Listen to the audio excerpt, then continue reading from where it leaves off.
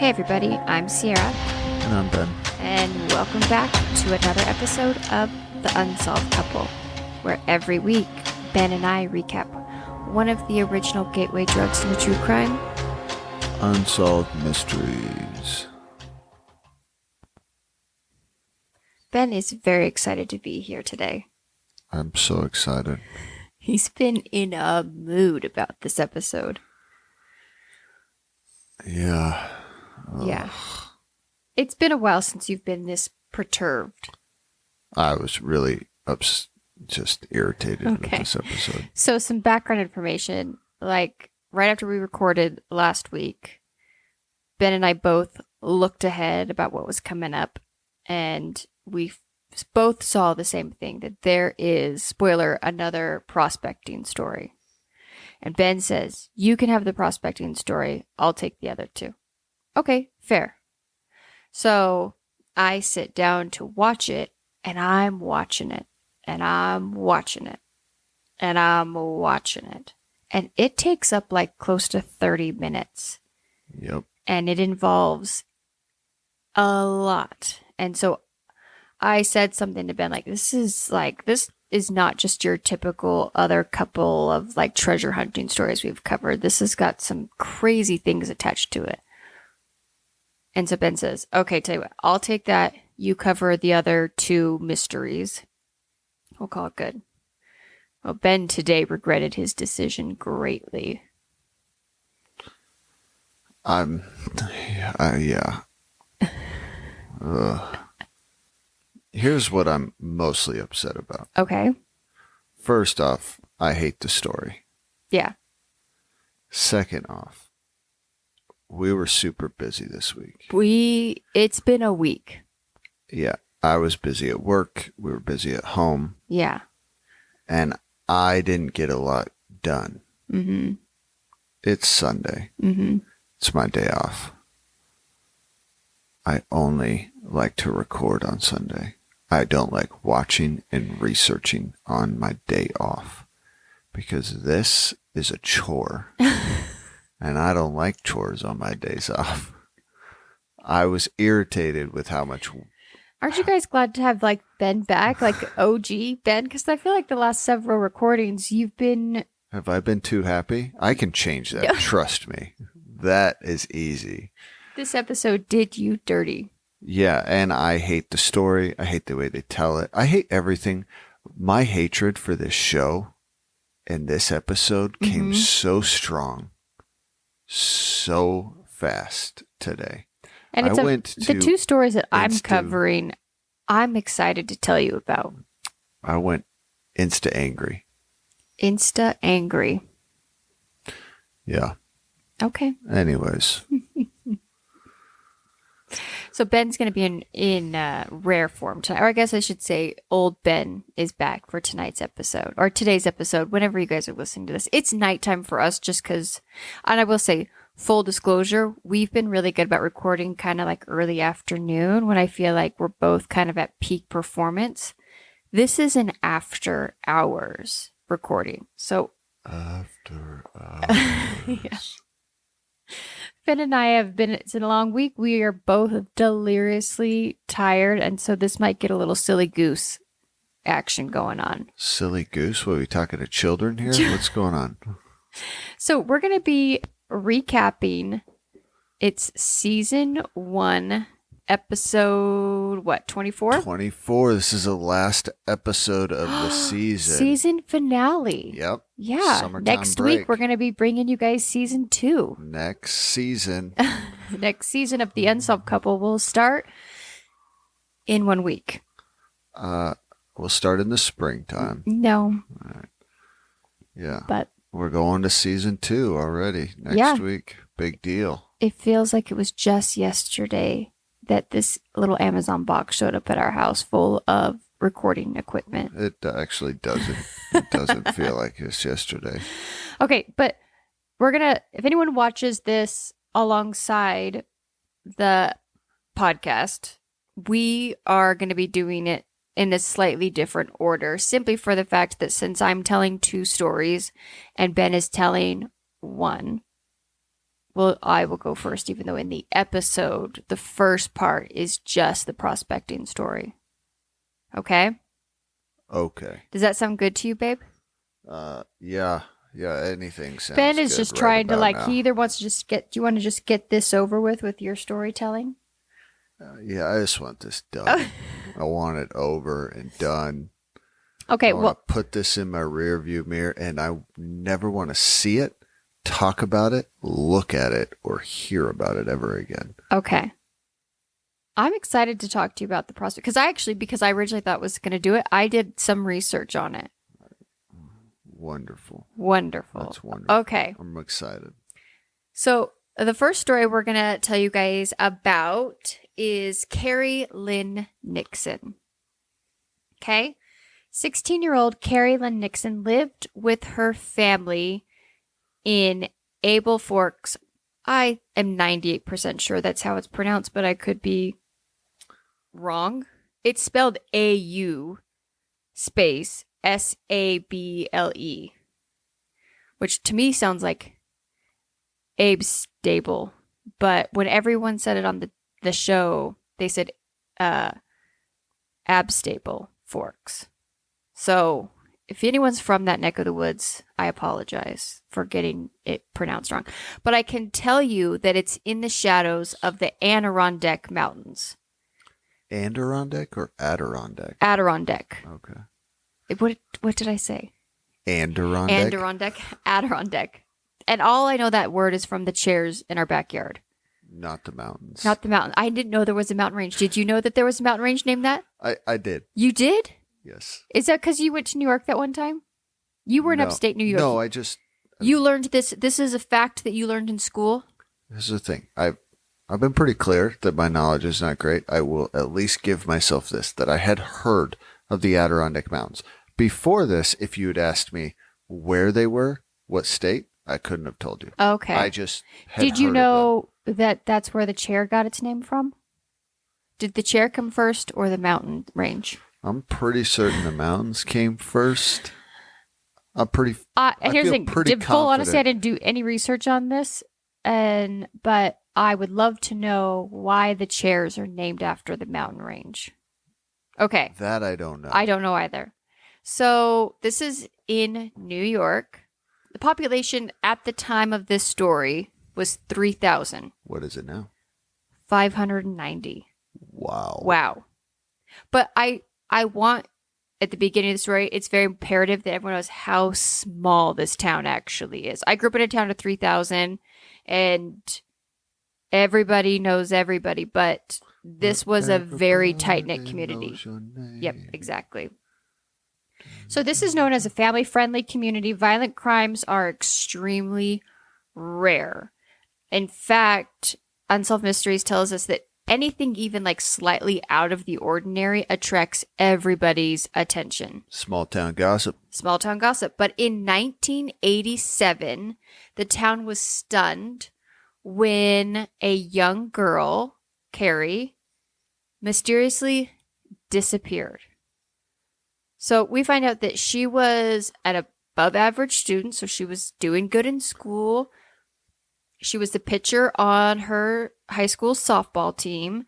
She was a singer. She wanted to be a writer and was known as kind of just a good girl. Didn't really seek out trouble. Didn't hang out with the bad kids in school.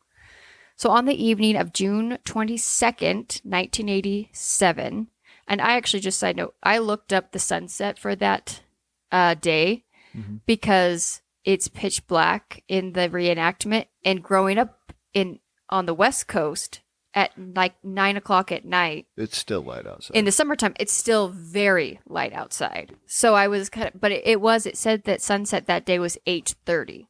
So it was dark by this time. It was dark. It was not just dark, but dark. But dark. Mm-hmm.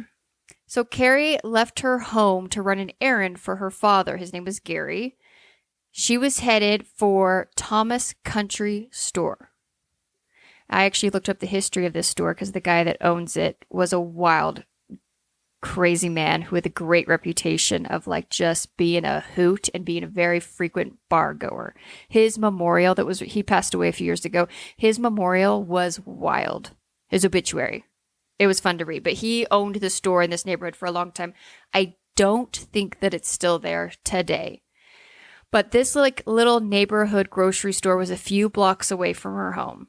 After purchasing some groceries, she left the grocery store, the little mini mart, around 9:55 and headed towards home.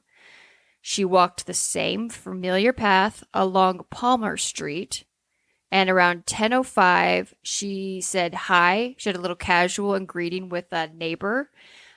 And in this small town, it seems like once again, everybody knows your name. yeah. So this wasn't a stranger. Like, this wasn't how we are people with their neighbors now, where you have no clue who these people are. Okay. And then at around 10:10 p.m., there was a group of boys that had walked down the same street, but they didn't see anybody. The street was empty.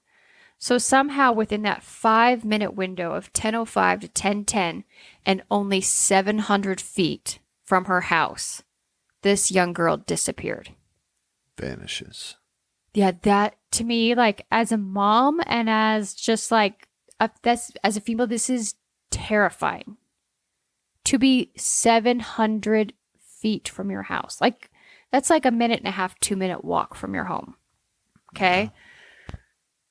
The mom is interviewed and she lets us know that not only was like her daughter born and raised on this street basically, but so was she. So this was not just like even the first generation. Benjamin David, I am trying to tell a serious story and you're being ridiculous.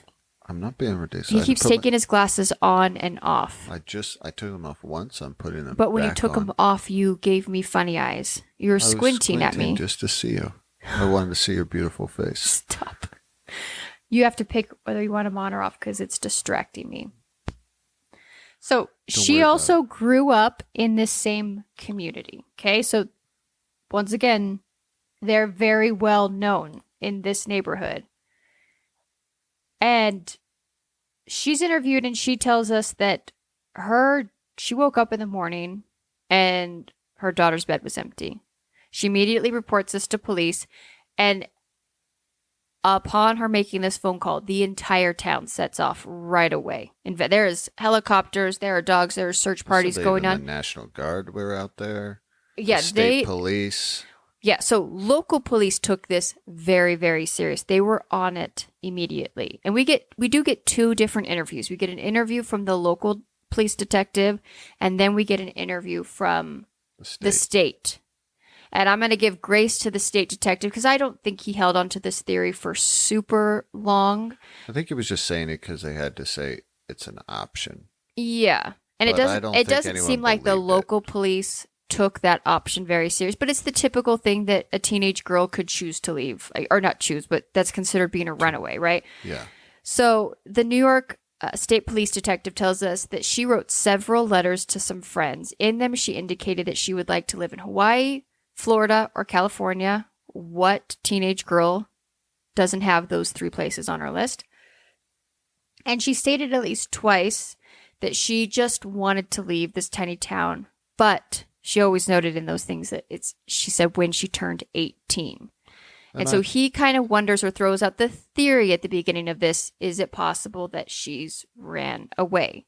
And now while this theory for the most part never goes completely off the table, it does not deter local police from continuing to investigate. And I think that's kind of the big difference, is they couldn't eliminate that option at this moment, but they also didn't just brush this under the rug and assume that she was a runaway, and that's, they're not going to waste their time or resources with it.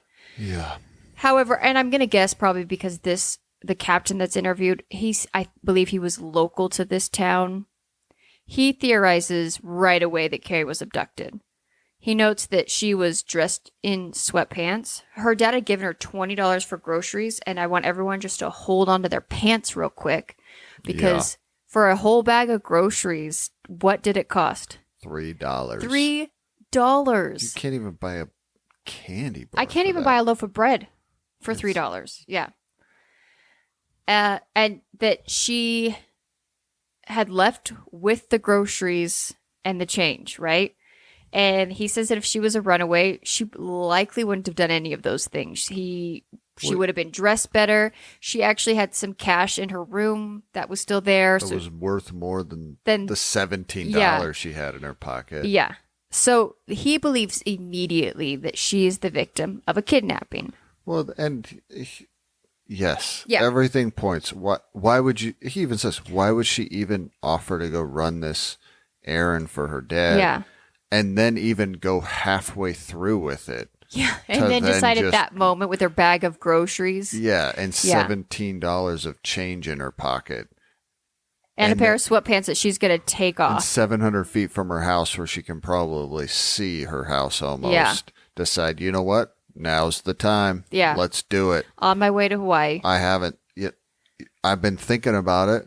And why plan? You know, let's Impulse. go. Yeah, just go with it. Let's go. YOLO. Yeah, no one's buying that. No, So the other evidence, obviously, that Carrie hadn't run away that they take into consideration is that she was actually really close with her family. They often bowled together. And in upstate New York, in these tiny little towns, that's a big deal. There's nothing else to do in these towns.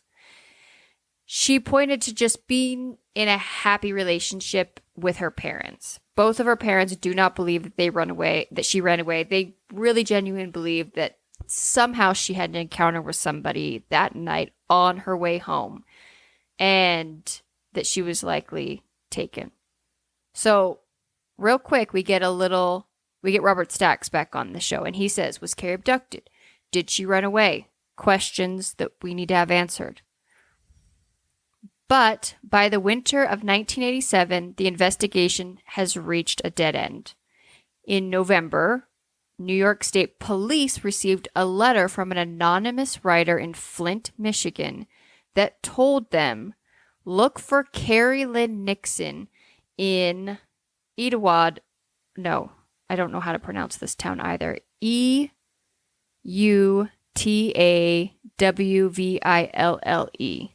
So you're spelling it for all of us because we're just like, yeah, hey. Well, of course, that's how I said. It sounded like So in South Carolina area, despite the tenuous nature of this lead, her family gets in the car and drives to this town. I mean, again, you're telling me as a parent that there's a small possibility my child's there? I'm going. 0.1% chance you're going. Yeah, I'm going to be there. They blanket the town with flyers and were surprised when the police let them know of a local resident who remembered spotting and have spoken with a 16-year-old girl who had shyly given her name, and it was Carrie. So enter Shirley. She is this lady who reported this encounter. She's interviewed on the TV show, and she says that she had seen Carrie's picture on one of the flyers posted by the family and recognized her and the famous words immediately. We've heard that every time now. Yep. Because she had just seen her 3 weeks previous to that. Her hair, earrings, everything was the same. But the most important thing was she had actually been introduced to this young girl, and the girl had given her her full name. Well, she didn't give her last name. She just said that she was Carrie Lynn. Carrie Lynn, yeah. Okay, though. Okay. Do you remember anyone you might have met 3 weeks ago? 3 weeks ago? No. Me neither. Yeah. Yeah. I mean, just stick a pin in that thought right there, right? So according to the police, this roly-poly police officer, excuse me, he gives us an interview, and he is convinced 100% that this girl is still alive, living in his community. Well, he says that he's had multiple reports. Now. Yeah. Not just one, but multiple supposed sightings. So Shirley was unable to remember many of the details of the sighting, even though she just told us that she remembered her immediately from this encounter. Upon being interviewed, she's struggling to remember the details of the interaction. Of course. Okay. But she knows she met her. Yep. So the New York State Police request that she undergo hypnosis in hopes of jogging her memory. The hypnosis asked her to go back to that day, to the day that she saw the girl, and recall anything about the experience. She tells us that she remembers that it was hot in the summertime. Okay. And a little redheaded girl came up to her and told her to meet her new friend. This was one of the best parts. Yep. Whom she identified as Carrie. Shirley then asked her where she was from, and she said New York. And Shirley asked her if she was down here to stay, and the girl responded yes. Okay. Time out. This lady has an encounter with a random young girl, but the reenactment made it sound like it made it appear as if these two people knew each other. Shirley and like this young child, this redheaded girl. Did you catch what they said when they found the redheaded girl? Oh yeah, we're gonna get to that. Yeah, I will leave that for you. But that's what I was saying was that's the best part. The hypnosis asked Shirley to describe the girl that she'd had the encounter with, and she said she had long brown hair, and she'd asked her where she was staying, but the girl only responded across the lake. She seemed shy and unwilling to offer much information beyond her name. She asked again what her name was, and she had said to Shirley, Carrie Lynn Nixon. The girl repeated back, Carrie Lynn Nixon, that's a pretty name. Shirley then walked away from this group of young girls. So we get to some information background on Shirley. We don't know exactly where, but at some point she worked for about 4.5 years with some kind of program with clients, some of which were runaways. Okay? Yep. This allowed her to pick up on things. And the way that Carrie had evaded questions, she believed that this girl was a runaway. After the session, authorities investigated the circumstances of Shirley's sighting. They did find the girl who was allegedly with Carrie, but were disappointed to discover that she had suffered from a, quote, memory lapse. What does that mean? And could not recall the incident. What does that mean? We're not going to get any more information on that, so please, sir, move along. I am so confused. Okay. I'm just saying, you have a lady that says she met her. Yep. But then can't recall. Has to go under hypnosis. You supposedly find the other girl that was with her, and she says, hey, I have a one-day amnesia. Mm-hmm.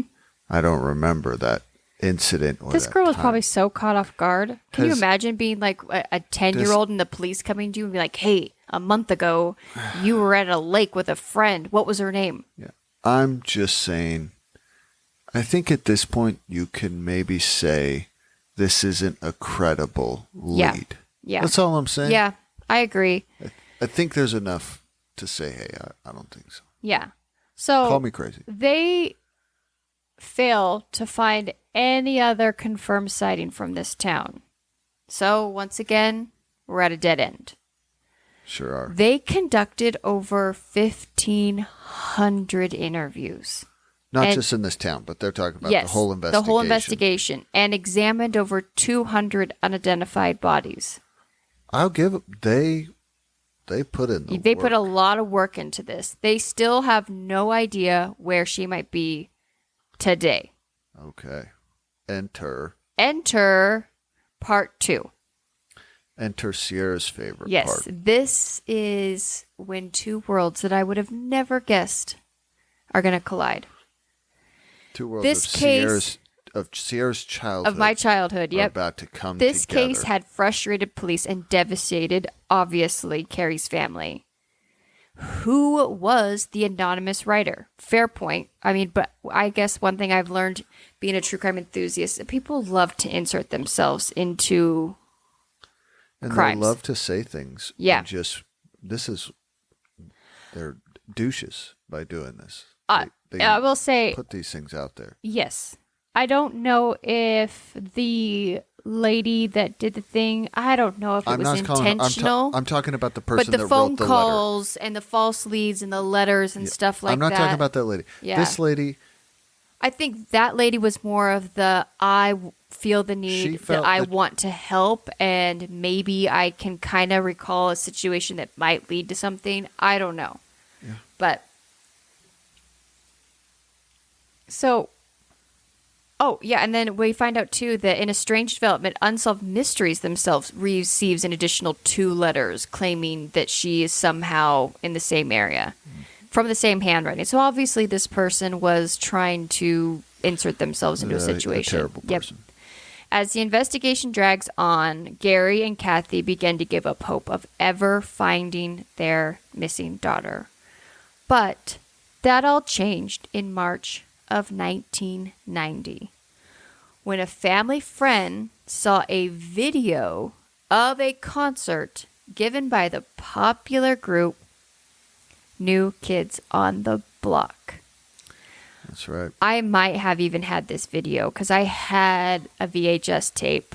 In 1990, I was in kindergarten living in Mississippi, and me and my friends would watch the videotapes of the concerts from New Kids on the Block. It's shocking. Yeah, I'm shocked. I know. And I've told my mom the story. All of my friends went to a concert to go see New Kids on the Block, and my mom wouldn't let me go. And I'm still not okay with it. You're still not over it. I'm still not over it.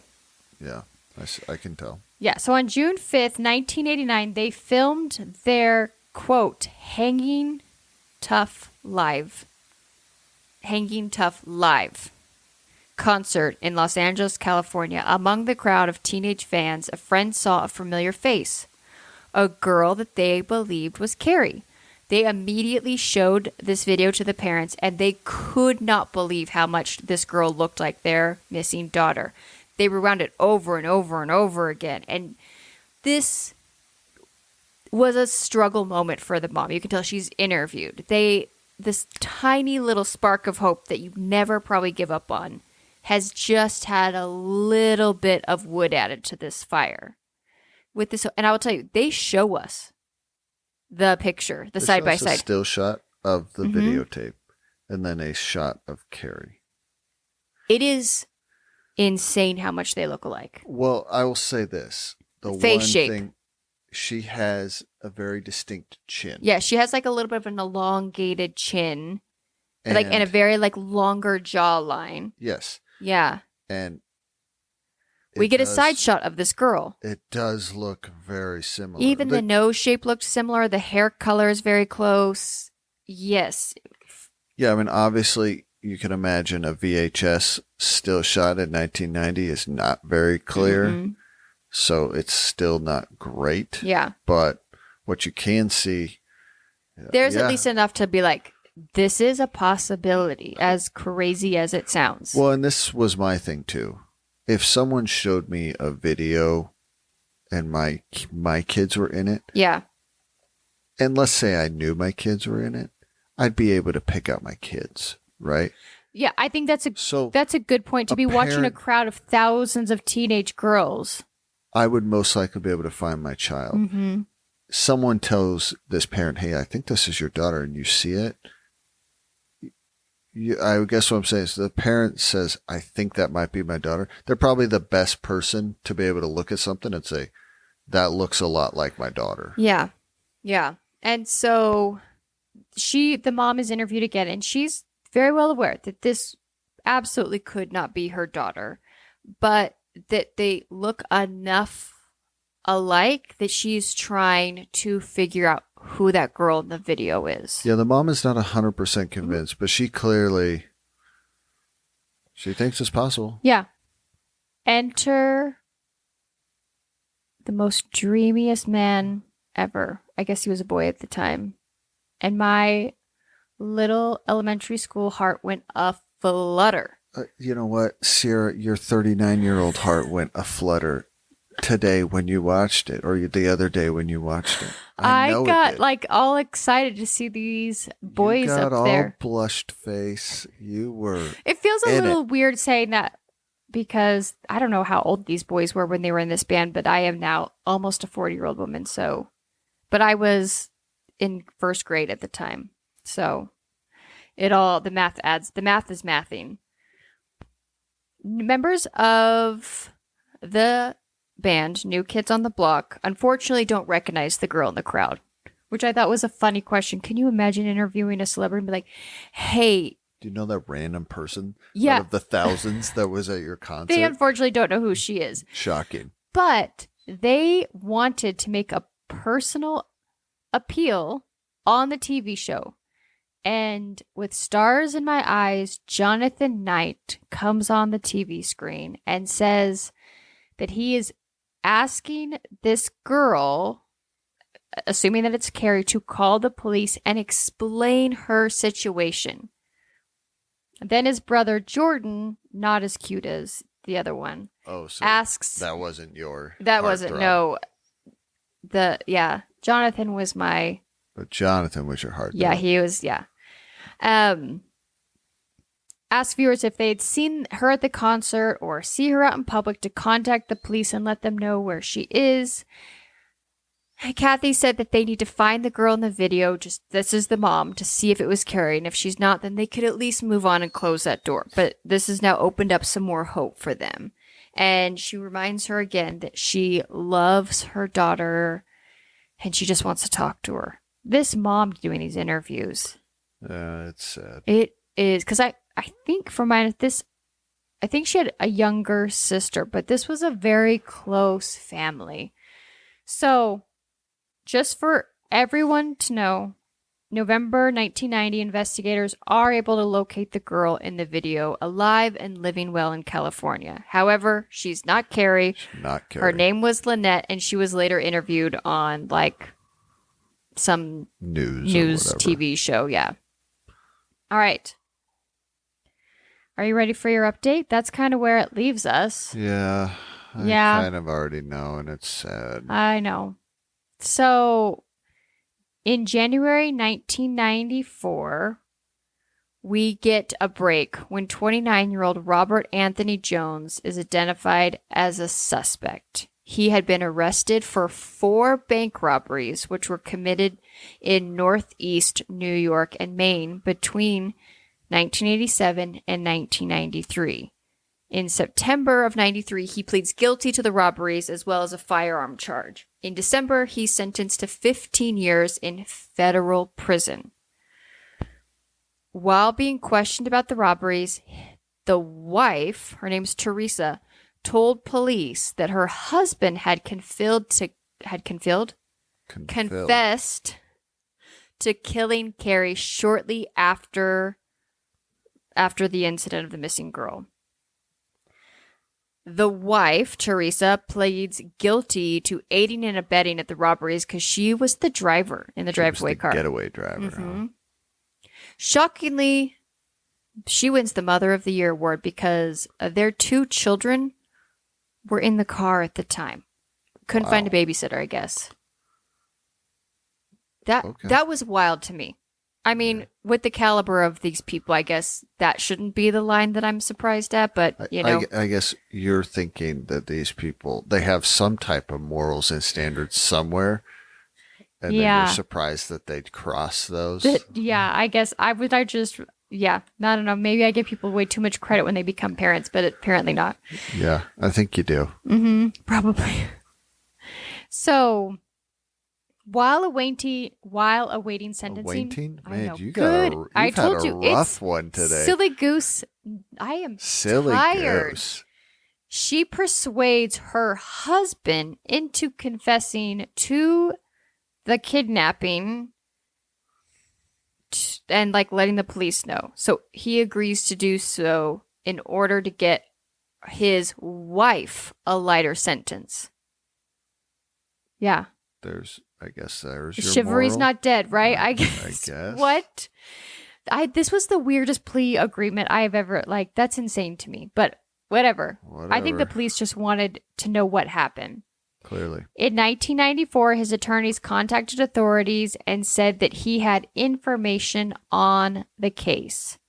At the time, okay, now I had to dig because this was hard to find. I found the backstory. So here it is.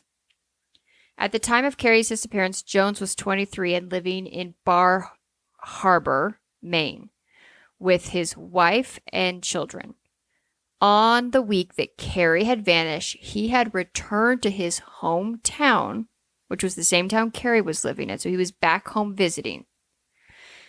For a week-long visit. He told police that on the night of June 22nd, he had spotted this girl out while he was buying beer at the neighborhood market. He followed her home and forced her into his car at gunpoint. He then drove to his parents' cabin, which was way out in remote New York, about 6 miles outside the city, where he assaulted her for several hours, attempted to strangle her, but when it didn't work, he shot her in the chest. This man is a monster. Yes. He buried her in a wooded area near the cabin the following morning. He later returned to this area where he then proceeds to settle down with his family and try to raise them in this same town. Yeah. Wow. Every year following the murder, he takes his family to the area for a yearly picnic and takes pictures with them. Yeah. And it is at the area of the grave that he buried her in. Yeah. And he claims he did this only to see if it had been disturbed. Sure, dude. So on January 28th, 1994, he leads state troopers to the shallow grave where they are actually able to recover Carrie's remains. They find her clothing, shoes, and even the groceries that she had purchased that night were all buried with her. The grave was just a few miles from her home, and in February, he pleaded guilty to first-degree kidnapping, first-degree rape, and second-degree murder in relation to this case. As part of the plea deal, he was given a sentence of 18 years to life to be served concurrently with his robbery sentence. He is currently an inmate at Wyoming Correction Facility in New York. Based on his plea deal, he was granted his first parole hearing in September 2011. The residents of her town embarked on a letter-writing campaign to the parole board opposing his release. During the hearing, he stated that he had abducted and taken Carrie's life because he was upset that his wife had cheated on him. He said he hid her body because he was, quote, scared. And that the only reason he'd actually committed any sort of bank robbery was because he wanted to get caught. No surprise to anybody, his parole was denied. All subsequently requests have also been denied. He will actually be eligible for parole in August of 2025. So, I hope he doesn't get out. Okay, so this is my call to action to anyone that's listening. It seems as if at one point the mother may have started this, but there is a Facebook page. Okay. And I will post a link to it on our social media. And it is all about keeping this man behind bars. And people share stories of this family. I think it's probably most people from that town. Good. However, I sent one in today. You can go to, and I will add these links in the notes below, in the show notes, as well as on all of our social medias. You can write a letter to the New York Department of Parole. I've got all of his information, his parole, his ID number, his name, birth date, everything. And you fill out this form. It's really easy, and it sends it via email to the parole board, asking for this man not to be in anything in opposition to any parole hearing coming up. That's good. Yeah. So, and on top of that, Gary and Kathy later established a scholarship fund in Carrie's honor. Sadly, on December 3rd, 2007, she did had a brother, and he passed away only at the age of 29 after battling ASL. He had a daughter who was named Carrie Lynn Nixon in honor of her aunt. And it looks like her father passed away in 2011. So I believe that her mom is still alive to this day.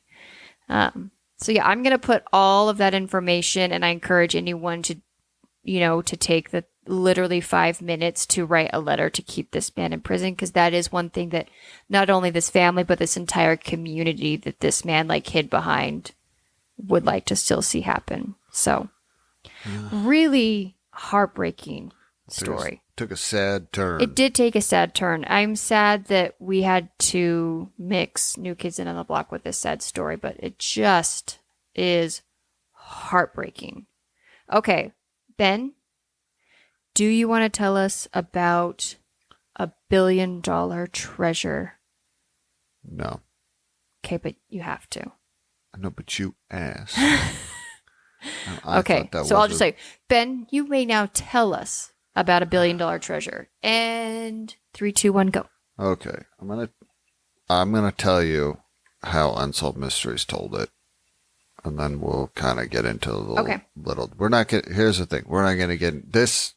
We got another conspiracy thingamajigger on her story. If you are interested, there are lots of documentaries and all kinds of stuff. I'm not getting into it. Okay, this is a story we get introduced to Doc Noss, okay, and Babe Noss. Mm-hmm. All right. Here, henceforth, Ben will be called Doc and I will be called Babe, and we will not answer to anything else. I will. He supposedly was a traveling doctor. I don't know what that means. Snake oil salesman. Yeah. That's what I got out of that. They settled down in New Mexico. But he's not a real doctor. In the 30s. No, he had an 8th grade education. Okay. And he settles down and opens a foot clinic, whatever that means, in the 30s. He's probably just into feet. Yeah. So, anyways, in November of 1937, we are in New Mexico, White Sands, New Mexico. Okay. Doc and Babe are hunting. Mm-hmm. Babe stays down back at camp, and Doc is out hunting. And he hikes up to the top of Victorio Peak. Okay. Okay. As he's up there, he sees an opening. There's a rock covering an opening. He removes the rock. Mm-hmm. And there's a hole. A hole in the ground. Mm-hmm. And it goes down. And he heads down there. Okay. First thought I had was, I know. Would you ever? Nope. No. I know what you're going to ask. Absolutely not. Because in Arizona Fair, there are mine shafts everywhere. There's holes in the ground all over the place around here if you're out in the desert. Yes, there is. Have you ever in your mind thought, you know what I should do? Go down there. I've gone into ones that are in the sides of yeah, mountains, okay, fair. And that's terrifying. But that's scary enough, too. Well, it's scary. I'm fine with it as long as I can see the opening. Yeah. But when I get into the part where I now can't see the opening, it gets a little sketchy. That's I will say the one thing at first I thought the story was unbelievable is that someone sees a hole in the mountain and decides where they can't see the end. Yeah. That he's going to shimmy down it. Yeah. Supposedly there's some type of rickety ladder. Yeah, again, a hard pass. Yeah, yeah, I know. But it opens up into and this is what the word Robert Stack's used, a vast labyrinth. Mm-hmm. Yeah, I knew you'd like. I do love labyrinth. Anyways, there's rooms. There's a bunch of caverns under this. I know. Okay, and there's rooms. And he finds chests of gold. Mm-hmm. Yep. One of these chests had Old English script on it that said sealed silver. There's coins. There's all kinds of things. It is like the Goonies. Yeah. But desert style. Yep. Yeah. Yep. So, anyways, he takes Babe up there. It's like, listen, I found all this stuff. This is crazy. She can't go in. Okay. And I read this later. They don't say it on the show. She can't enter. It's pretty obvious why she can't enter. Yeah, the entrance is quite small. Mm-hmm. And I actually read later, you had, according to him, you had to go down 60 feet. Then there was this big boulder. You had to kind of go under it and around and then drop almost another 100 feet. Okay. Yeah, I know. That I read that from 2 or 3 different places. Okay. Well, she couldn't enter because, putting it nicely, she was big boned. Okay? Yeah, she was a bigger girl. And here's the thing. We get a lot of reports about her. She was big in a lot of ways. Personality, everything. All that. Yeah. Okay. I mean, you have to be if you're a snake oil. Yeah, if you're married to a snake oil salesman, yeah. So they spend the next months exploring this. Okay. Mm-hmm. He, in one room, supposedly finds 79 human skulls. Okay. Yep. I said, you heard that right. Jewels, coins, artifacts. Mm-hmm. But what does he bring back for Babe on that adventure? He brings back a crown. Mm-hmm. Yeah. And it has 243 diamonds and 1 blood ruby. No one to this day has seen this crown. Supposedly, they say it ended up back in there. Yeah. I know. And you're going to see why here in a while. Why at first you're like, okay, you roll your eyes, and then you start double question yourself, and then you're like, but wait, this still is okay. Yeah. Anyways, at one point in a one room, he sees these stacks of iron bars. But pig iron. Pig iron. Yes, I know. never heard that term before. Had you? No. Did you look up what pig iron was? Nope. Okay. You can look it up. I'll look it up while you're telling us the story. And they're super heavy and big. But he finds a small bar.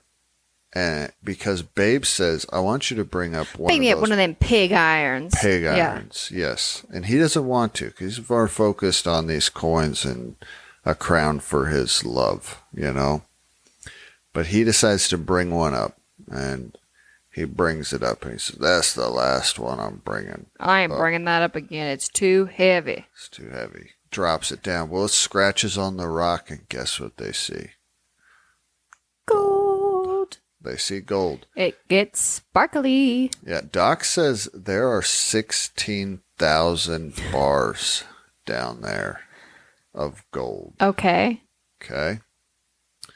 So. Okay, do you want to know what pig iron is? Yeah, I'm ready It's the product of smelting iron or ore with a highly carbon fuel such as coke. Usually with limestone as a flux. All right. So it's like, I'm guessing like the offshoots or the leftovers. Yeah, I don't know. Anyways, so now Robert Stack comes in. He says, so where did this all come from? Who would have built all these caverns and tunnels and rooms deep in this mountain? Yeah. We have 4 theories that are told to us of where all this gold, because they say at this time, and this is in 1989, that if this is true, 16,000 bars, all this stuff, it's worth $2 billion. Yeah. Okay, and that's back then. You know what I first thought of? What? What if this is connected to the silver story from the East Coast that we told at the very beginning? Remember that? Yeah, I that know. never, because didn't he wagons. come south somewhere? And I was like, what if he never actually made it back up north? What if he just buried it in the mountains in New Mexico? I think it was in New Mexico somewhere. Yeah, that's what I thought. Expedition. I don't know, but no, I'm not. Conspiracy I'm not going down theory. Nope, I'm not going down this rabbit hole. I refuse. Okay, so here's our 4 theories. There's Juan Onete.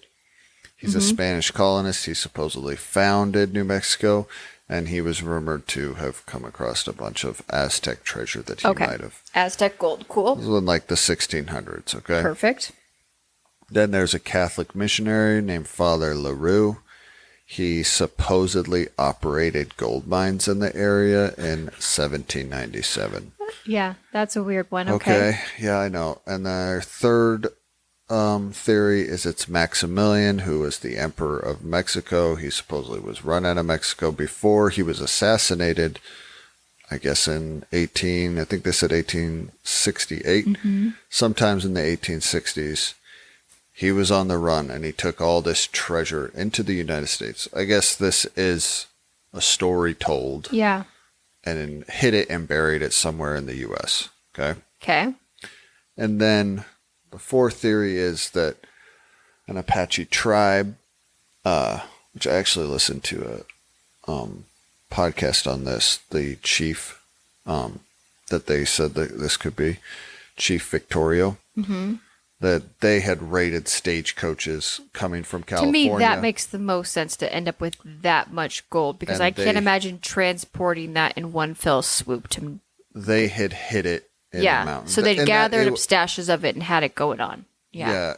And Arizona, New Mexico was right in Apache between the gold rush. Yeah. So they'd raided stagecoaches coming out of California and the West and hid it all there. Okay. Those are your four theories. We have no idea where this supposedly all came from. Those are the only theories that people have come up with on this of where it all came from. Got it. All right. Back to our story of Doc and Babe. So they, in the spring of 38, they go in and they try to file a claim for prospecting and a mining claim and a treasure trove claim. Yeah. Try to get a lease to mine it, all that stuff. They end up getting it. Yeah, they get it. They get it all documented and approved. And they spend 2 years supposedly mining this area. Okay. Supposedly Doc pulls out 200 bars, but it is slow going because of how far you got to go down, and it's skinny to get in. If I found that much gold, I think I'd make it work. Yep, me too. So, but the caveat to this is, and you're going to get to this, I'm sure, is that it was illegal at the time. Yeah. So that is the one thing. They have all these gold bars, but in 1936, supposedly the federal government had passed some law that it made it illegal to own gold that wasn't just in jewelry form. Which I don't understand. Then why were they allowing people to file claims? I don't know. That seems counterintuitive. This is a whole world I don't understand because I don't care. That's why. Okay? Okay. Just put it that simple. Okay. But yes, you could not own gold bars, I guess. Was it such a rampant problem of people owning gold bars that the government had to get involved? Yeah. For a couple years, side note, our youngest son was obsessed with owning a gold bar. I know. We have a magnet on the fridge to this day of a fake. I think I got it on Amazon or something. No, I got it at the Copper Queen mine down in Bisbee, Arizona, because that's all he wanted. And he didn't even understand like the great value in it, but like every birthday event, I just want a bar of gold. I'm like, okay, you're not a prince. Like that's not. It was just, he was in a rock thing and he still kind of is. Well, it's not illegal now. Okay, well, good to know. We can get Porter a bar of gold. I don't think it's illegal. Yeah. You can buy gold on the internet. It's part of people's portfolios. I understand that, but he wants a whole bar of gold. I know. Anyways, so Doc decides, listen, I need a bigger hole to get in here so I can mine this stuff easier. Okay.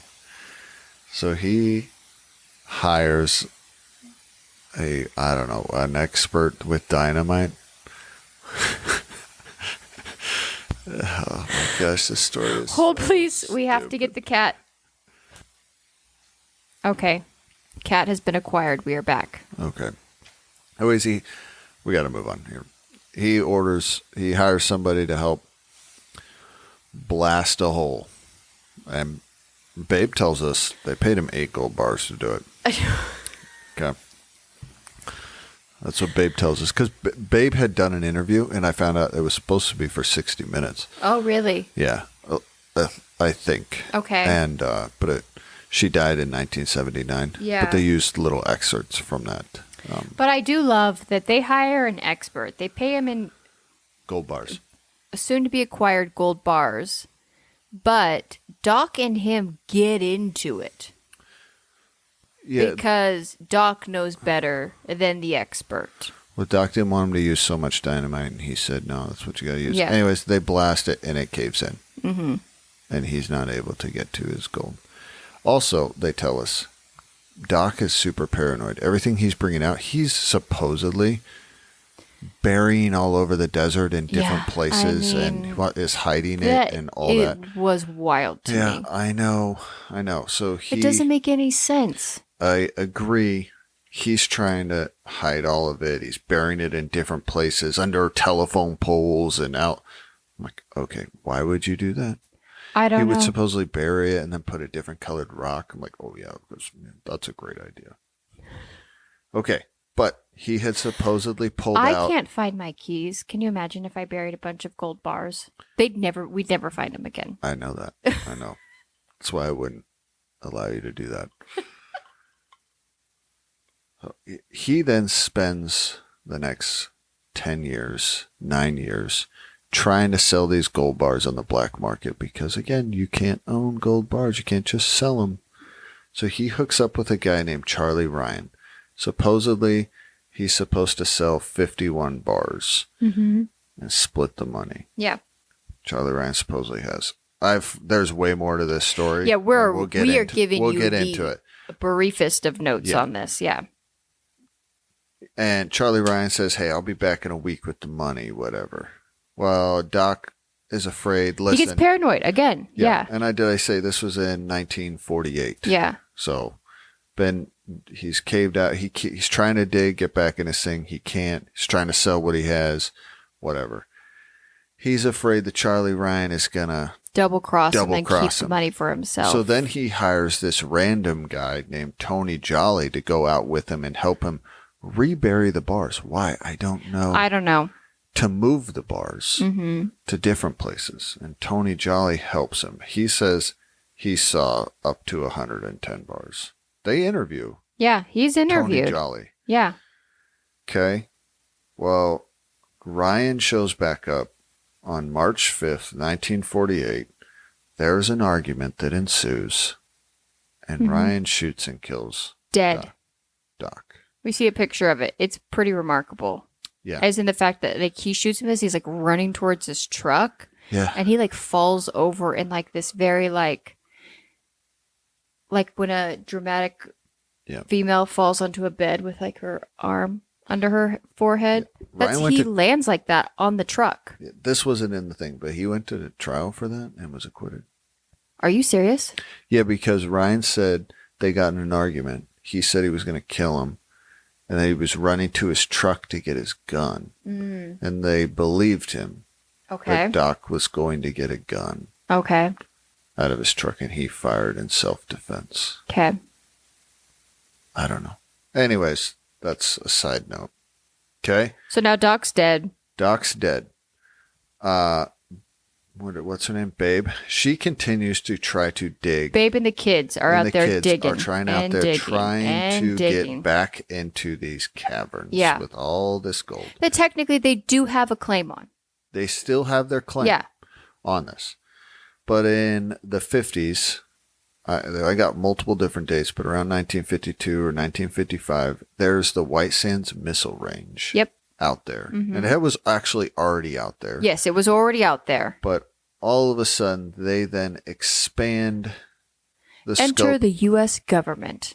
Yeah. They expand the scope of the White Missile Range to take Victoria Peak. And so now they're kicked off They the land. Literally drag Babe off the top of that mountain. Yeah. Yeah.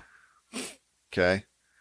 So they tell her she was escorted off by military police. Now the government owns it. No one's allowed onto this missile property, range. yeah. And that it's owned by the government. Mm-hmm. Okay. But Babe's not happy with that. She keeps trying to petition. Well, according to Babe's family, her son, they tell her or they reassure her that eventually she can be allowed back on there. Yeah. Yeah. So enter Thomas Burlett. He was an airman out at the base out there. He tells us a story that they weren't supposed to be out there, but under the guise of hunting, him and another military guy go out and they end up finding, what do they find? a lower entrance. Yeah, they find a little hidey hole. Yeah. They end up going in and they find these gold bars. They said they found 2 rooms. One of them had a big stack of them. Another one had a pyramid stack of them. Mm-hmm. And they're like, hey, well, we don't want to take them. So if you're not willing to take a risk over bars of gold. He says they were 1920. I was just afraid we were going to ruin our lives, careers, whatever. That's what he says. I know. They then asked, supposedly, for the opportunity to go in and take it out, and the military told them no. Mm-hmm. So instead of anyone else find it, they go back and blast that and close it up. Yeah, if you can't have it, nobody can. Or if I can't have it, nobody can. Yeah. Uh-huh. So then in 1963, we get an army. The army had sought exclusive rights, including mineral rights, for that area. Yeah. And I guess they had to petition the state for that, and the state of New Mexico told them no. Yeah. So, and at that same time, there was supposedly a top secret mission going on out there. Okay, we'll get into that later. But they just dropped that bomb and they don't label anything. Okay. Now comes, this gets made public. Because the only people that supposedly know about this is a few people. Yeah. Supposedly people that Doc told or showed, and now he these brought airmen. people on there to help them dig stuff out. Yeah. And that's... He's promising gold there's bars rumors to everybody. There's rumors that have made this around. Yeah. Supposedly, a bunch of people, military people, former military people, this gets confusing, and I'll try to tell this as clear as possible.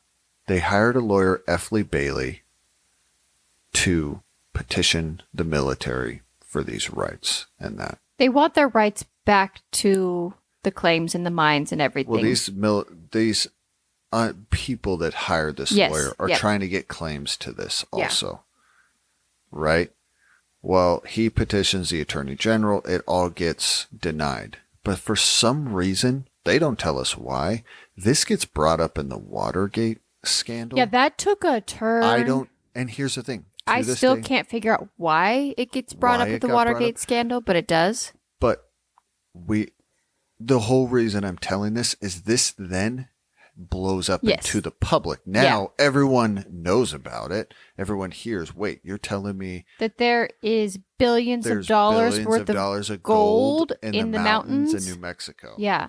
And this is not a hard to access mountain. This is not like the Surprise Arizona ones or whatever. I guess this peak is not really that high. Exactly. So, and now too, there's aerial footage of the peak, and there's roads that are leading up to the top the government of the peak. has been getting after this mountain. Yeah. So finally, in 1977, the Army relents and says, fine, we will allow a certain expedition to go in and look. Okay. Again, this is all told to us. You can look, but you can't touch. Yeah. So F. Lee Bailey's, some of his clients, who supposedly were former military people, which I'm sure they served out there and saw it and wanted to get their hands on it. What's it, Babe? Yeah. Her son, I think. Yeah. Yeah. People from the Apache Nation. Yeah, because they're also like, hey, this was our land originally, and you're telling me that this might be one of the... for some weird reason, Jesse James... people, family members. I don't know why Jesse James got brought into this, but supposedly representatives or descendants from the Jesse James family are allowed. Yeah, these people are allowed. Crazy. 10 days, they go out there, they conduct radar tests, all this stuff. They dig a little bit. Guess what? They don't find anything.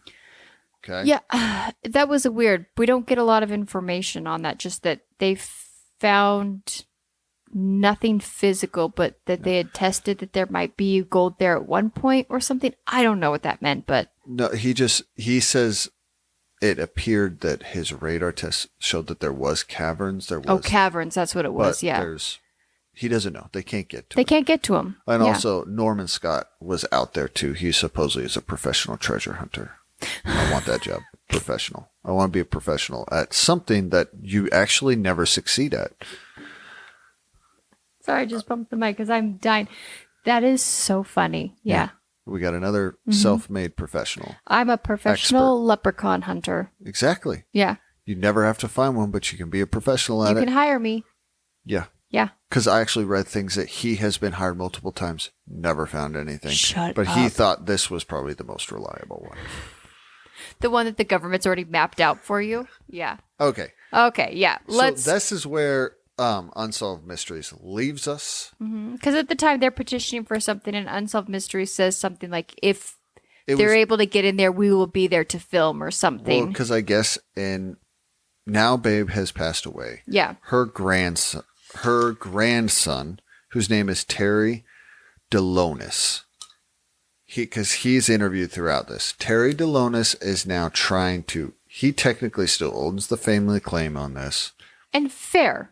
He Yeah. wants He on just this. wants to get back to the claim that his family technically has legal rights to And in dig the at. year this was broadcast in 1989, the military had said, sure, but to be able to get on it, you need an act of Congress to bet.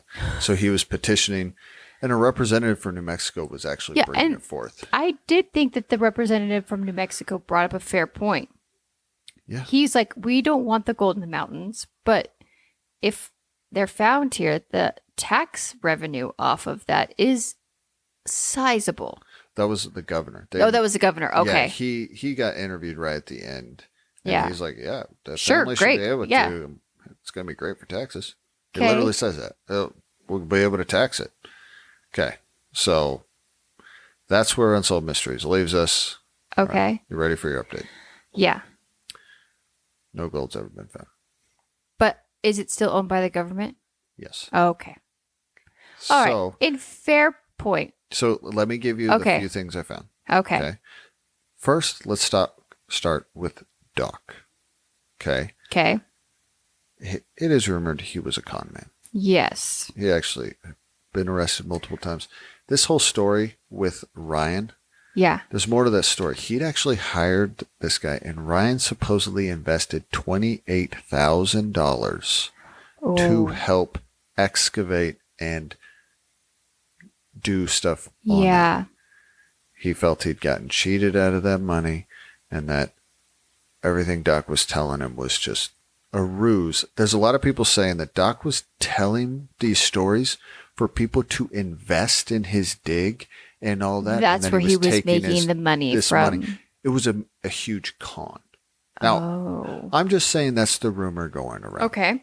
Okay. And there was way more to the story of Charlie Ryan killing him. He'd actually, one article said that he had already invested 28,000. One article said that he said he was going to invest 28,000. I don't know which one it is. I don't know. Okay. Either way, he was acquitted. Okay.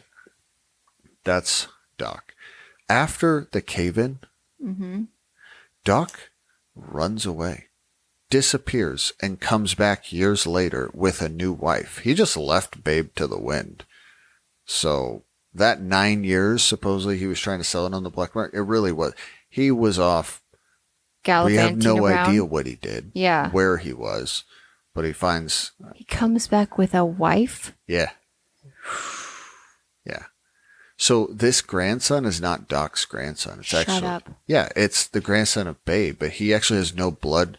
He's not related to Doc at all. Interesting. Yeah, Okay. Tom DeLornis, or whatever I said his name is. Mm-hmm. DeLonis. Yeah. So that's Doc for you. Okay. Okay. Here is what has happened. I guess Babe was given an opportunity in 1960 to go back in for 60 days Okay. on there. And she dug almost 200 feet. They dug on that mountain. Never found anything.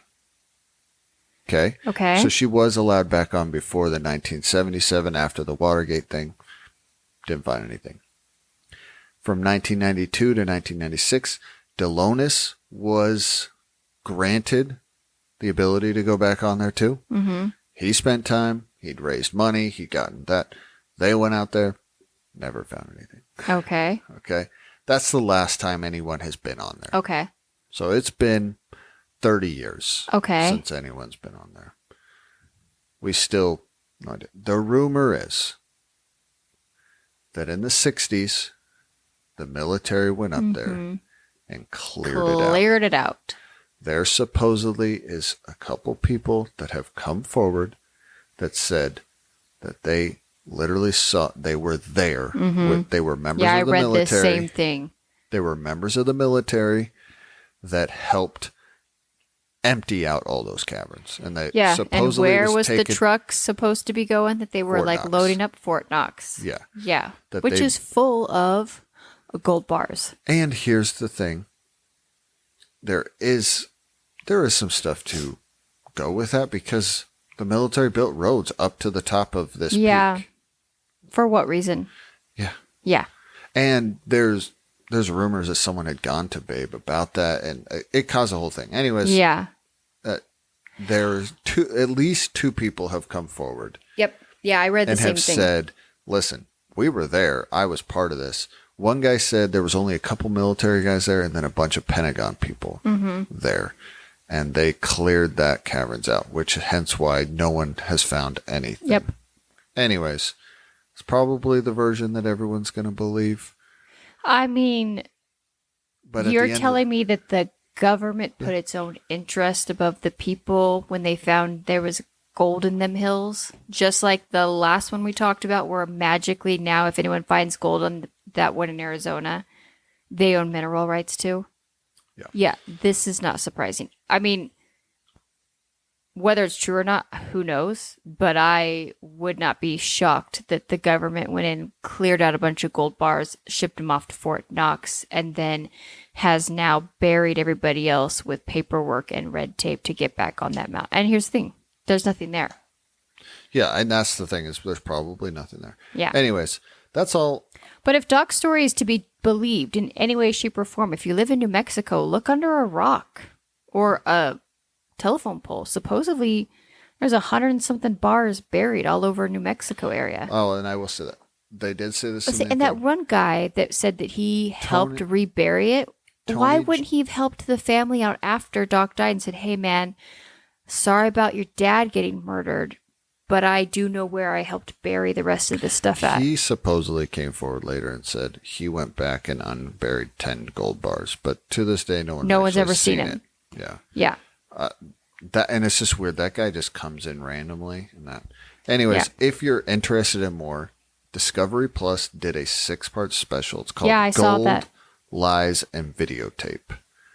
And it's on, like I said, it's on Discovery Plus, Amazon. It's a 6-episode, and it is just about, it goes way deep into this. It tells the story of Doc. It tells the story of this gold. I don't know. I didn't watch it because I don't care. But if you're hearing this story and you're super interested, go and watch that. It was actually done in 2023, so it's recent. It's fairly new. Yeah, I saw that. Anyways, that's all I got on that story. It was really long and super boring. I thought it was interesting as far as compared to some of the other prospecting stories that we've heard. It had a little bit more bite to it because we do have other people claiming to have seen something. And I don't trust the government. So hearing that the government potentially went in there and like cleared everything out, I'm like, oh yeah, that tracks. Technically, Doc. Mm-hmm. Well, actually, I gave you that. You have Doc, Babe, the random guy that helps just rebury it. And the military people. And the military guy, all supposedly saying that they saw it. That they saw treasure. Yeah. I will say that's more than almost all the other ones we've ever had. Yeah. Okay. So our last story is about a man named Dexter. And his last name is Stefonek. Stefonek?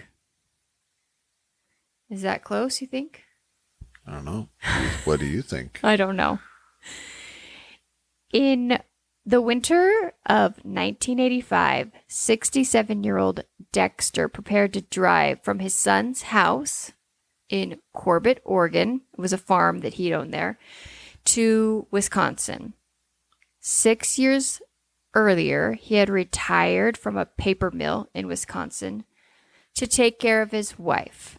They had been married for 44 years, but in 1984, she passed away. A few months later, he went to visit his grandchildren and David back in Oregon. But as the first anniversary of his wife's death approached, he expressed a desire to go home.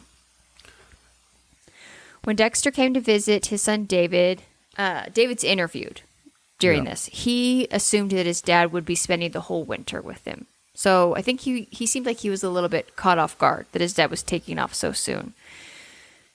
He said it became difficult around that time of year for his dad, so his dad had decided to leave. His son, David, tried to convince him to stay since the weather had started to turn. And I say, this is videotaped as far as like where the reenactment goes. It looks miserably cold. Yeah. Ice and wind. And this is like the high desert, so it's like barren almost. David figured that he didn't have anything pressing to go back to Wisconsin for and told his dad that if any point during the drive he decided he wanted to come back, it was totally fine. Just turn around and come back. But his dad seemed to kind of be anxious. And I mean, I think fair. I think we all, I've known people in my life that they are never quite the same after losing a spouse, even in the golden years of life. And I can understand the desire to just wanting to maybe be home where you spent that time with your spouse. Yeah. Yeah. So Dexter left his son's home on the morning of November 18th, 1985. He had made the 2,000 mile. That is quite a drive. That is a long drive. Yep. From Oregon. Sounds miserable. It does. From Oregon to Wisconsin many times before. But this time he wanted to finish the drive as quickly as possible, so he told his son that he would not be stopping at any motels. He'd just kind of pull into rest areas, take a quick nap, and head on his way. In the winter. Yeah. First off, PSA, please don't do that. It's not safe. Second off, in the winter time, your car, the moment you turn the heater off, gets so cold. Yeah. Yeah. So around 10:20 a.m. on the morning of November 19th, so just the very next day, along a, quote, bleak stretch of Montana Interstate 94, a burning car was found at the very terribly named Bad Root Rest Area. Okay? When Dawson County Sheriff arrived at the scene, he noticed that a car was completely engulfed in flames. He talked to members of the Highway Patrol, and they said that they had not seen anyone inside the car. And a computer check of the license plate revealed that the car belonged to Dexter. His car was found 24 hours later after he left his home. So we were getting our timeline here. He'd only made it a day. Yeah. The sheriff's department immediately starts to search the area because originally that they're worried that he had car problems and that he had decided to maybe try to walk to the nearest town. But it's the dead of winter. In Montana. And it was, quote, bitterly cold. However, they find nothing they find no trace of him anywhere. So they have an arson expert examine the car, and he finds that the car was covered in gasoline and appears to have been deliberately set. The largest amount of gasoline was found in the back seat. And I will say, this seems to be a mistake that a lot of criminals make. The sheriff noticed that the driver's seat was pushed all the way back. Okay? I think it's one of those things that end up getting criminals caught. I mean, and good for them, because it's you don't think about it. Right? Well, they are now. Now they're, Yeah, no, they're okay, listening to this podcast, and you just told them. Told them. You just gave away. But Dexter was actually known to be quite a short guy. He said he was super short. He was super short. He said they had to have the seat had to be all the way forward for him to. And I don't know what cars were like in the 80s, but I'm only 5'6", and I cannot. If you put the seat all the way forward, I look like the most ridiculous person driving. It is like in my neck. But we are all right now envisioning that old lady that we all pass on the highway who's going 10 miles under the speed limit, and she is just kissing the steering wheel. Yeah, but that's how do you know how my mom drives? You got in my mom's car. Your mom is this way. Yes. But she's not driving 10 under. She's driving 30 over. Your mom is a ridiculous driver, but she literally has the steering wheel in her stomach. Yeah, my mom is like the same height as me, and I can barely squeeze into the car, and I am not a big girl. You have to move the seat back before you even get just to enter. That's what I thought. I was like, if anyone ever takes my mom's car, it's a dead giveaway, because if anyone at all drives her car, they have to move the seat. It's ridiculous. Yeah. Yeah. All right. So by the way the car was, where the seat was placed, they're guessing that this man is at least 6 feet or taller. Okay? Tall, dark, and handsome. Tall, dark, and handsome. So, who was the 6-foot man who had driven Dexter's car? That's the question we're trying to figure out. Could this person have set the car on fire? Also, where is Dexter? Where's Dexter? Has he been killed, or does he simply disappear into the harsh Montana winter? I just thought those questions were ridiculous that they were asking, but here we are. So, Sheriff George attempts to chronologically kind of put the events in order as best that he can guess, because we have no surveillance. There's nothing. We have nothing. Well, except that he left Oregon, and now it's 24 hours later, and his car is burning. Nowhere of Montana. In nowhere, Montana. Okay? So, we go back in time 3 hours. A sweet-looking old man named Fred is the custodian of the Bad Root Rest Area. There's a job for everybody. I think it's great. Middle of Montana, and your job is you're the custodian of a rest stop. Someone has to clean it. I understand 100%. I think we've all been on road trips, and we're like, who lives out here? Because you'll see like a random house off the side of the road somewhere. The custodian. Yeah. It's Fred. Fred, who's in charge of not the gas Fred station. just doesn't want to talk to anybody. He doesn't want to talk to anybody. He wants to show up, clean up the rest area, make sure that there's toilet paper, and move along with his day. Go back home. Mm-hmm. So he arrives at work as usual. He gets there between 8 and 8:30 and notices a pickup truck was parked there. Nobody was around it.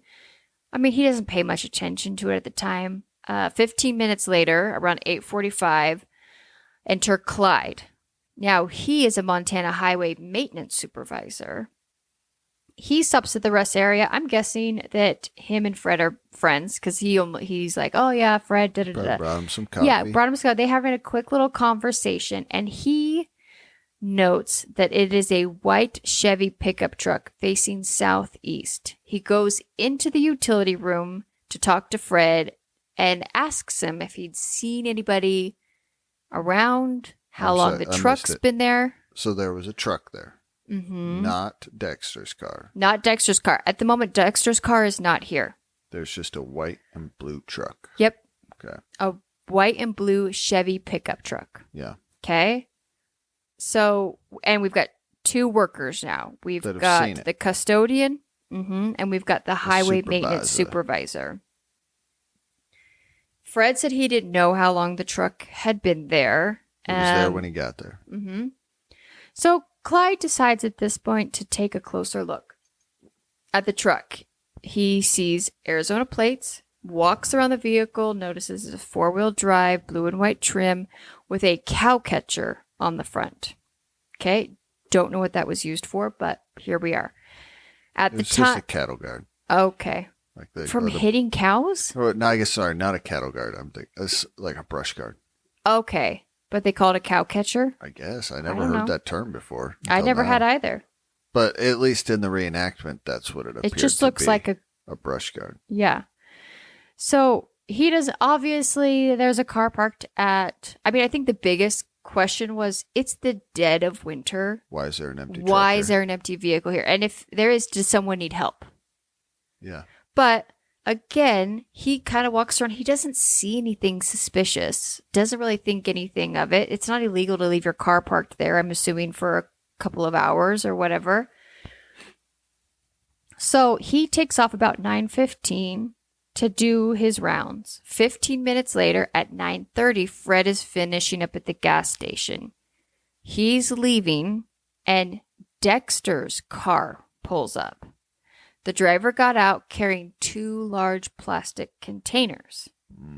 Suspicious. Fred then obviously asks the driver, is he having car problems? The man said that he had ran out of gas and had to go get some. Fred noticed that the man was about 6 feet tall, in his mid-30s to early 40s, light complected and clean shaven. Shaven? Clean shaven. But there was nothing unusual about him. He also didn't seem to be like wound up or excited or acting weird in any way. The authorities had no idea who this man was or what happened to Dexter.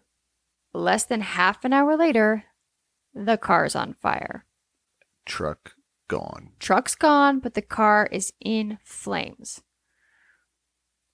Nearly 4 months later, March 8th, 1986, a local couple is interviewed here on Unsolved Mysteries. Bill and Cindy. They go to a remote landfill 17 miles from this rest area. As they're getting ready to dump their garbage, Cindy notices a wallet on the ground, and it had a driver's license in it. Her husband, I'm guessing, asks to take a look at it and says he wonders if it has anything to do with the car that was on fire. Fair question. That's the only thing that has happened in this part of town for probably years. Ever, yeah. So they decide, since this wallet's been found, to kind of start scoping around. I will say, I totally get it. I would be that person that's like, hey, maybe we should look around. And Ben would be like, get in the truck. My only apprehension is it's freezing outside. Yeah, but they're used to it. Yeah, I guess so. And the people that live like up north, they're built different. And by March time, they probably are ready to put their Birkenstocks on. It's warming up.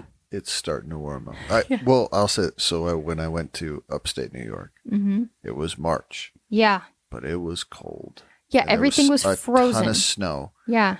The river, the St. Lawrence River, was still frozen over. Mm-hmm. But the locals, and I was there. They're probably in jeans and a sweatshirt. Because it was in the 20s and sometimes maybe 30 degrees. They all were saying, it's warm. Yeah. 2 months ago, it was in the negatives. I was like, no, I just came from Tucson, Arizona.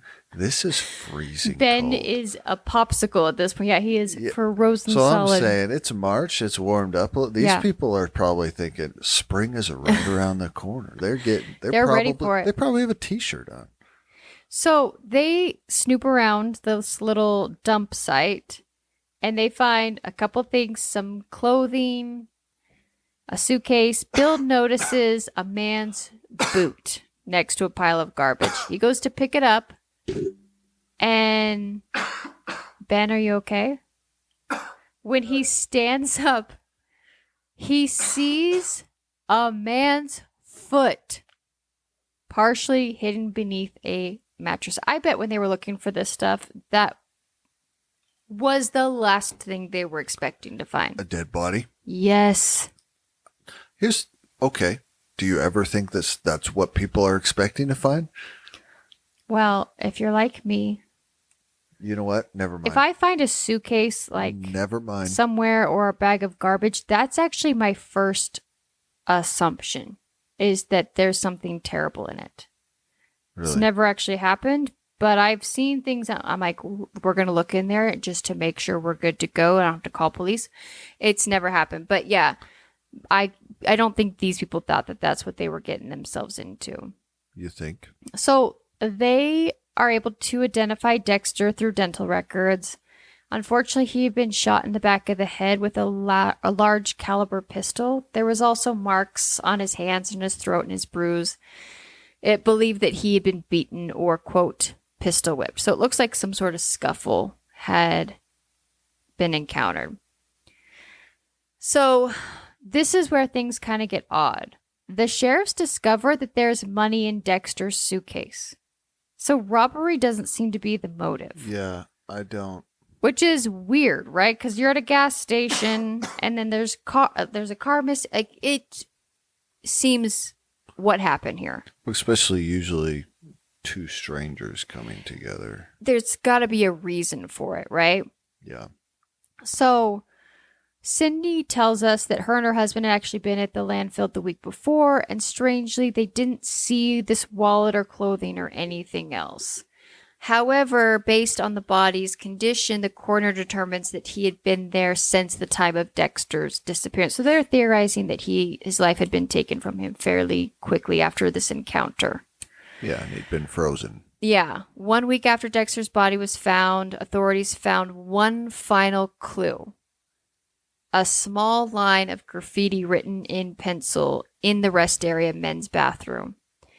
It began with the words hot jock and other key words such as Wisconsin, shot, and 1185, seeming to refer to Dexter's murder. Put a pin in that. I'm going to give you the full one in a minute. And I was going to say, they're clearly vague about what that said. Yeah, we'll get into that in a minute. But, I mean, at this point, I think they're just trying to find anything to make this make sense, right? So they're wondering, is this a CB handle, or the graffiti's the killer leaving his calling card, bragging about his crime? I mean, this is small town, middle of nowhere. And I think these people are just trying to get an answer.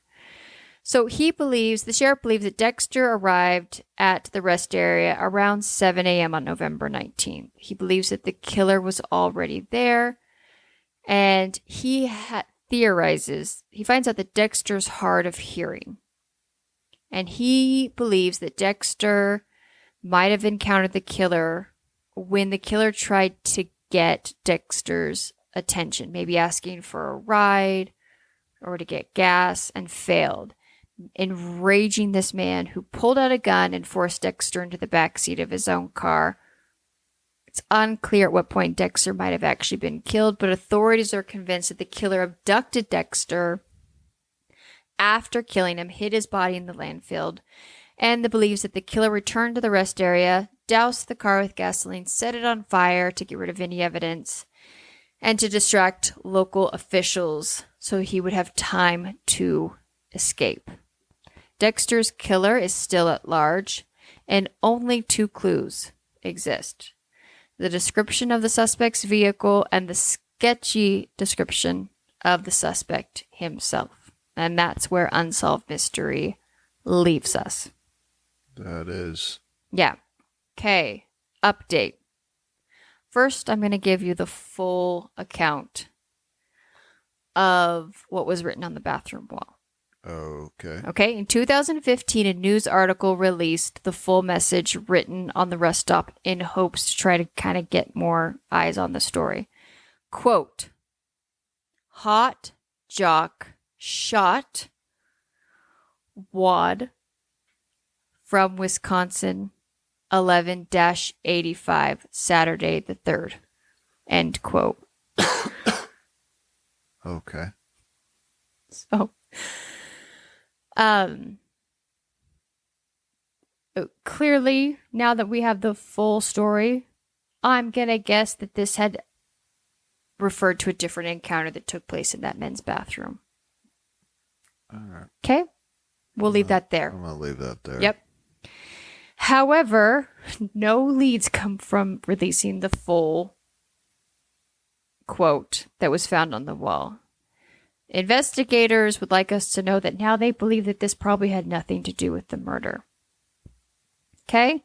Under hypnosis, Clyde tells investigators that the first 3 numbers of the license plate were 147. However, that doesn't lead them anywhere either. In 2012, the case was reopened, but there was no new leads.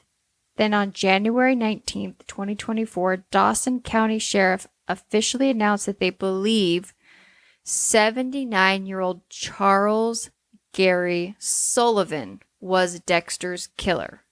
Yeah, I saw that. Yeah, this is kind of... You said that was this year, right? Mm-hmm. Or they released... 2024. Yeah. This is just last year.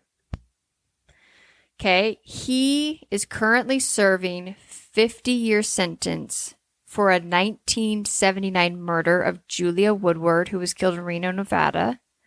He was arrested for murder in 2019 after DNA linked him to the crime. He had previously given DNA sample and had to register as a sexual offender following a 2007 assault in California. He's also the suspect in several other murders. Okay? Sullivan emerged as a person of interest in Dexter's case in 2022. He was linked to the crime based on statements from a witness at a rest stop that day. Sullivan's vehicle license plate, travel pattern, age, and physical description have all matched witness statements. Also, his criminal history led them to believe that he was probably the murderer in this situation. When investigators spoke to him about Dexter's murder, he pled the fifth. Interesting. However, okay, for anyone international, because we do have a few of you guys, pleading the fifth means is his Fifth Amendment right to remain silent, because whatever he could say could be used against him and could self-incriminate. Okay? However, the sheriff's office will not file charges against him for Dexter's murder because they don't believe that they have enough to actually get a conviction. Despite this, the case has actually been closed. So I thought that was interesting. Okay. Case has been closed, but no one was brought to quote-unquote justice. So from my understanding, the sheriff's department has been in conversations with Dexter's family. They are aware of the information and the likelihood that Sullivan is likely the person that their dad or grandfather encountered. They were comfortable enough taking that information and processing it and just moving on. Letting it go. Yeah. I'm going to guess with this guy's criminal record, it is probably likely that maybe his car ran out of gas and he had been sitting there who knows how long.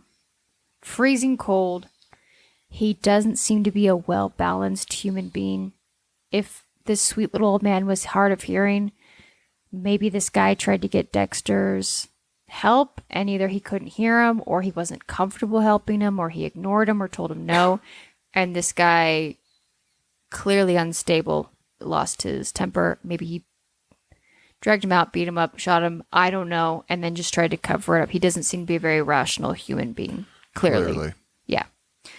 So, I mean, that's the update. It's technically, quote unquote, unsolved, but the case is closed and there's a very probable suspect been named to it. Yeah. Yeah. Okay. There you guys go. That is it. That is our recap. Oh, we do have a few new places. I should have pulled this up before that. Our new downloads to us. Are you excited to hear? I'm excited. Well, first off, breaking news, you guys. We had a prison escape just down the street from us. I mean, a little farther than just down the street. Our neighbors. But we live, 10 miles as the crow fly to the state and federal penitentiary here in Arizona? Yeah. Yeah. And we had a prisoner escape.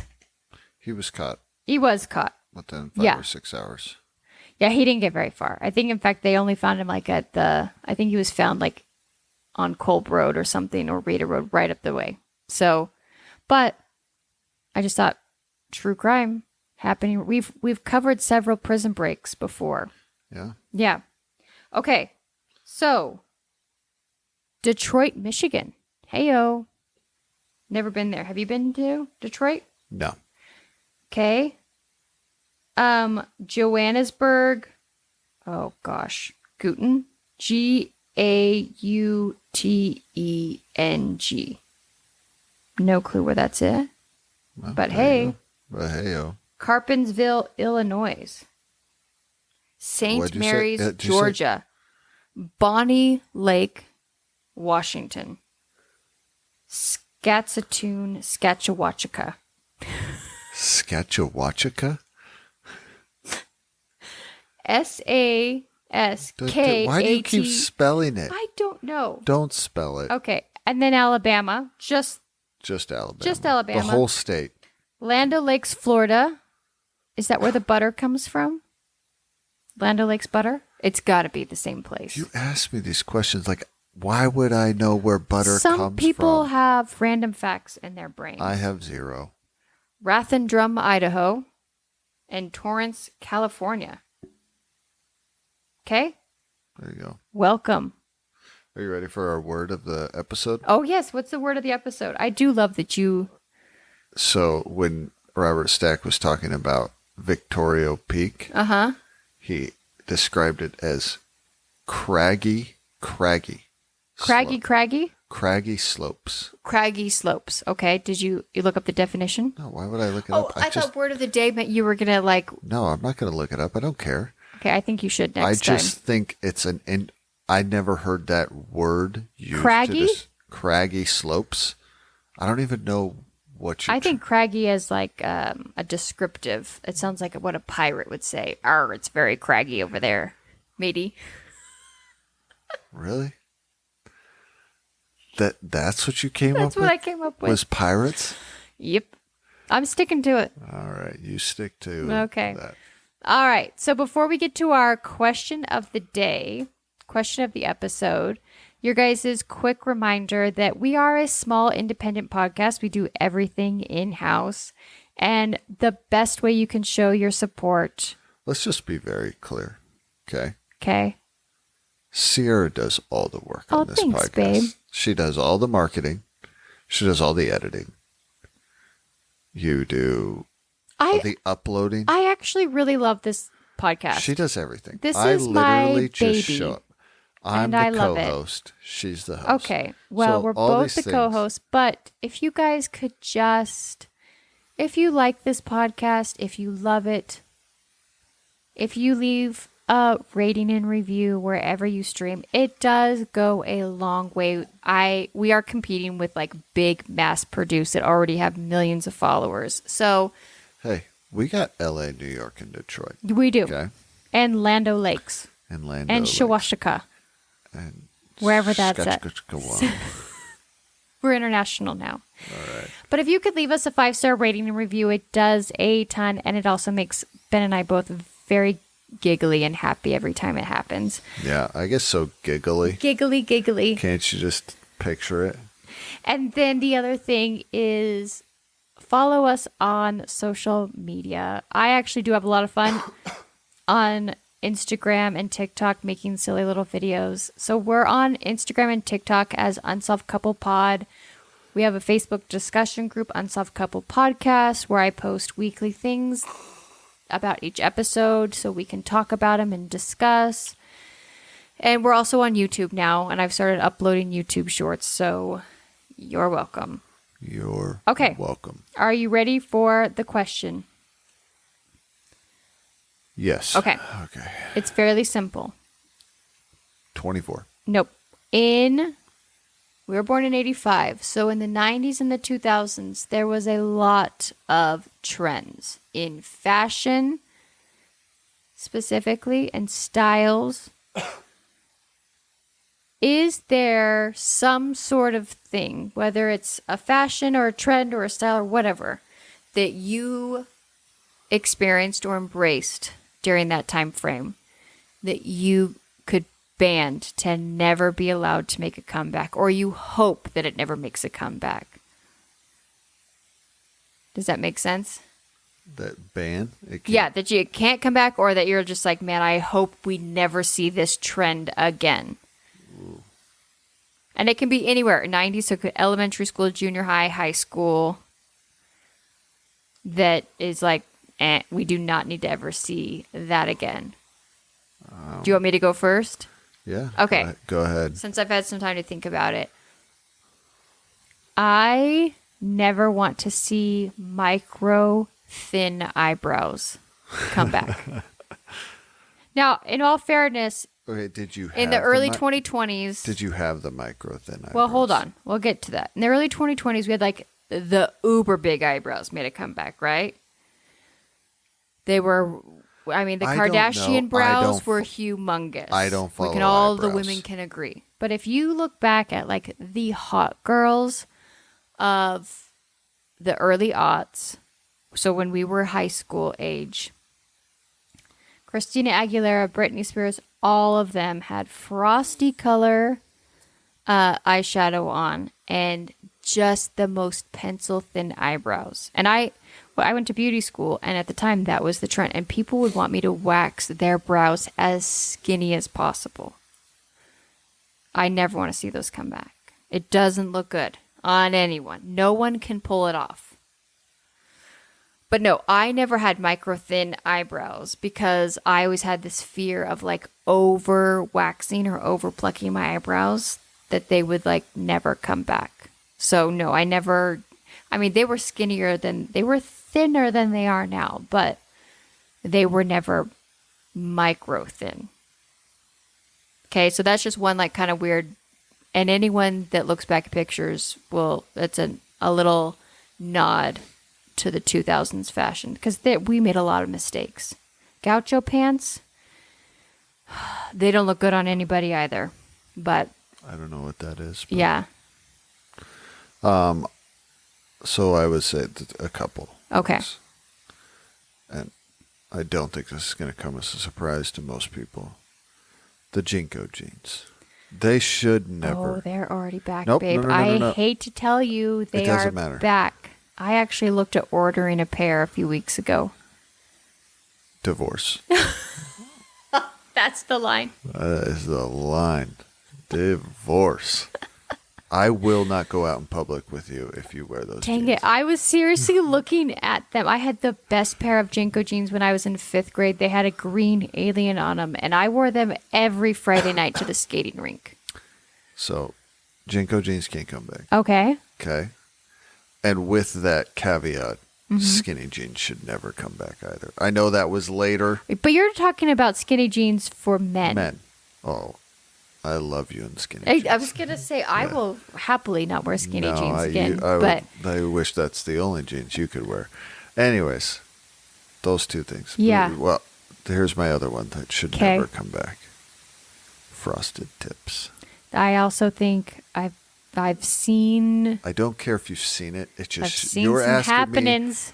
You're asking me if it Frosted should never tips, come back. But these are all things for men. Jinko jeans. Well, yeah, that's... Yeah. So, yeah. Those two things... are not allowed to come back. It's just awful. There was quite a stage with major skin-tight jeans on men. Yeah, but that was older. I would say that was the... That was 2007. We got married, and you worked at Macy's, and you, for fun, a few times. Hopefully, you don't work there now, so it doesn't matter. But you and your buddy, who also worked loss prevention, would sometimes go try on the tightest, most ridiculous pair of skinny jeans. Yeah, it was just for fun. It was awful. They were so bad because we would get new jeans in, and it was fathoming how tight they were. That we just didn't understand. There was a couple of, and you're not a big guy, but some of the ones you tried to squeeze into were wild. Yeah, I don't we would see it was like, why are people buying this? Yeah. Yeah. But yeah, no, those are bad. But 90s too. The Jinko jeans were definitely 90s. That was early 90s, yeah. That was 90s. Yeah. And frosted tips were early 2000s. Boy band, so late junior high, early high school for us, yeah. Late 90s, early 2000s. Yeah. So just terrible. It's just never be back. Anyways, that's it. That's it. Okay.